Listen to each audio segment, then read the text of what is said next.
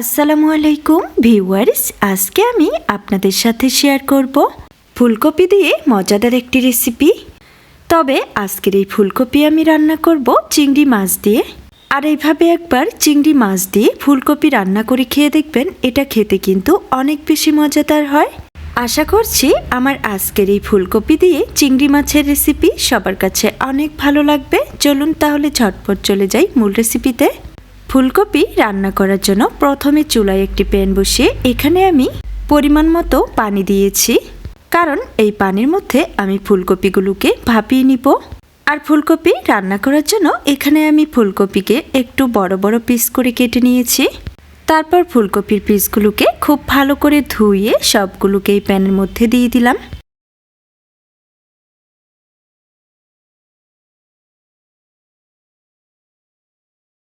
সবগুলো ফুলকপির পিস প্যানের মধ্যে দেওয়া হয়ে গেলে এখন ঢাকনাটা লাগিয়ে দিচ্ছি।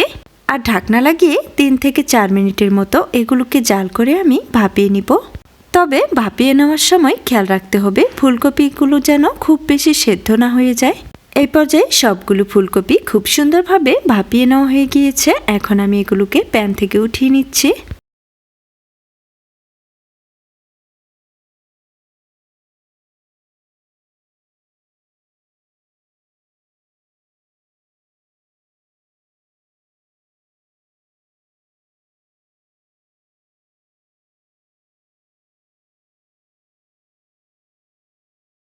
সবগুলো ফুলকপির পিস প্যান থেকে উঠিয়ে নেওয়ার পর সেই একই প্যানের মধ্যে দিয়ে দিলাম পরিমাণ মতো তেল। তারপর এখানে দিয়ে দিলাম চিংড়ি মাছ।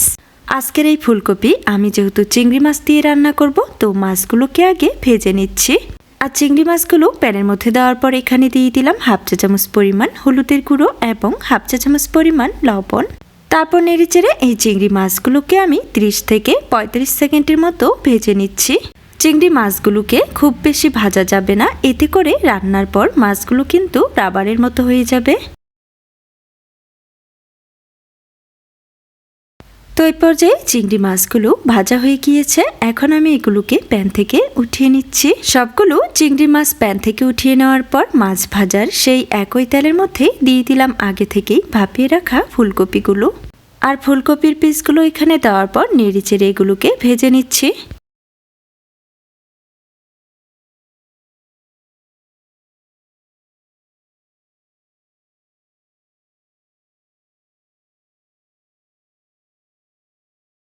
কিছুক্ষণ নেড়েচেড়ে আমি ফুলকপিগুলোকে লালচে কালার করে ভেজে নিয়েছি। এই পর্যায়ে প্যান থেকে সবগুলো ফুলকপির পিস উঠিয়ে নিচ্ছি।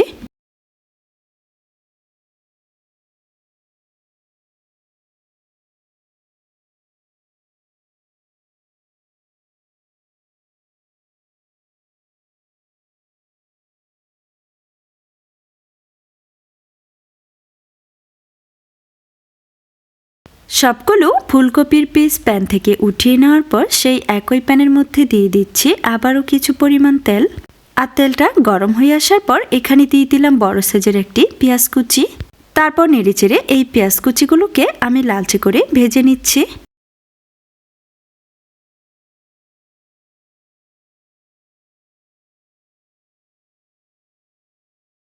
কিছুক্ষণ নেড়েচেড়ে ভেজে নেওয়ার পর পেঁয়াজের মধ্যে যখন লালচে কালার চলে আসবে, এই পর্যায়ে এখানে দিয়ে দিচ্ছি আগে থেকেই কেটে রাখা টমেটো কুচি। আজকের এই রান্নায় আমি ছোট সাইজের 2টি টমেটো ব্যবহার করেছি। আর টমেটোর পিসগুলো এখানে দেওয়ার পর তেলের সাথে নেড়েচেড়ে একটু এগুলোকে ভেজে নিচ্ছি যেন টমেটো থেকে কাঁচা ভাবটা চলে যায়। তারপর এখানে দিয়ে দিলাম 1/2 চামচ পরিমাণ আদা এবং রসুন বাটা। এবার আবারও নেড়েচেড়ে আদা রসুনটাকে ভেজে নিচ্ছি যেন আদা রসুনের কাঁচা ভাবটা চলে যায়।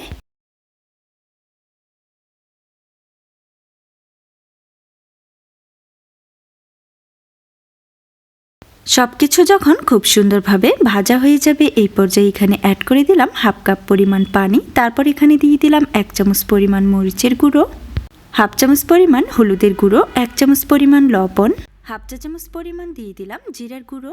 তারপর নেড়েচেড়ে এই সমস্ত মশলাগুলোকে খুব সুন্দরভাবে কষিয়ে নিচ্ছি। মশলাটাকে আপনারা যত সুন্দরভাবে কষিয়ে নেবেন, রান্নার টেস্টটা কিন্তু তত বেশি ভালো আসবে। তো মশলাগুলোকে খুব সুন্দরভাবে কষিয়ে নেওয়ার পর এই পর্যায়ে এখানে দিয়ে দিলাম আগে থেকেই ভেজে রাখা চিংড়ি মাছগুলো। আর চিংড়ি মাছগুলো এখানে দেওয়ার পর মশলার সাথে নেড়েচেড়ে কষিয়ে নিচ্ছি।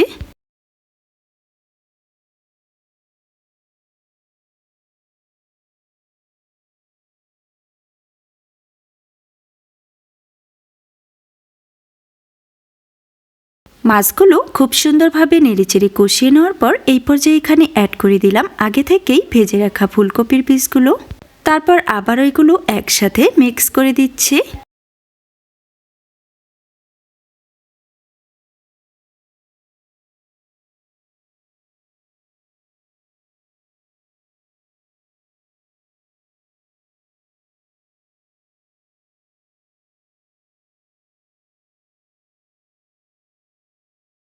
সমস্ত কিছু যখন নেড়েচেড়ে খুব সুন্দরভাবে মিক্স করা হয়ে যাবে এই পর্যায়ে সম্পূর্ণ রান্নার জন্য এখানে আমি 4 কাপ পরিমাণ পানি অ্যাড করে দিচ্ছি। আর পানিটা এখানে দেওয়ার পর সমস্ত কিছু একবার নেড়েচেড়ে মিক্স করে দিয়ে এই পর্যায়ে ঢাকনা লাগিয়ে দিব 7 থেকে 8 মিনিটের জন্য।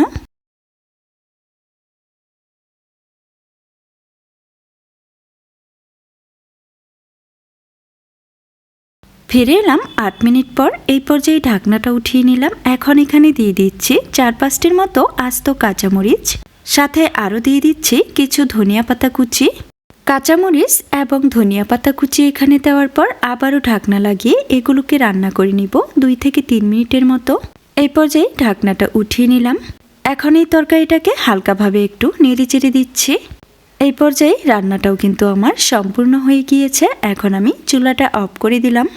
দেখে আপনারা নিশ্চয়ই বুঝতে পেরেছেন আজকের এই রান্নাটা দেখতে কত সুন্দর, পারফেক্ট এবং লোভনীয় হয়েছে। চাইলে কিন্তু আমার এই রেসিপি ফলো করে আপনারাও বাসায় এইভাবে ফুলকপি চিংড়ি মাছ রান্না করে নিতে পারেন। আর ফুলকপি দিয়ে চিংড়ি মাছের এই রেসিপিটা খেতে এত বেশি মজাদার হয় যে আপনি একবার খেলে এর স্বাদ আপনার মুখে লেগে থাকবে।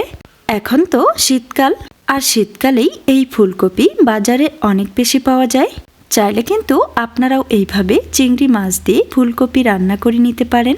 এইভাবে এই তরকারিটা রান্না করলে দুপুরে গরম গরম ভাতের সাথে খেতে কিন্তু দারুণ লাগবে। আশা করছি আমার আজকের এই ফুলকপি দিয়ে চিংড়ি মাছের রেসিপিটা সবার কাছে অনেক ভালো লেগেছে। আর যদি ভালো লাগে তাহলে বাসায় অবশ্যই একবার ট্রাই করবেন এবং কমেন্টে আমাকে অবশ্যই জানাবেন কেমন হয়েছিল আপনাদের রেসিপিটা। ফিরে আসবো আবারও আপনাদের মাঝে নতুন কোনো রেসিপি নিয়ে। সে পর্যন্ত সবাই ভালো থাকবেন, সুস্থ থাকবেন এবং সবাই সবার জন্য দোয়া করবেন। আজকে এখানেই বিদায় নিচ্ছি। আল্লাহ হাফেজ।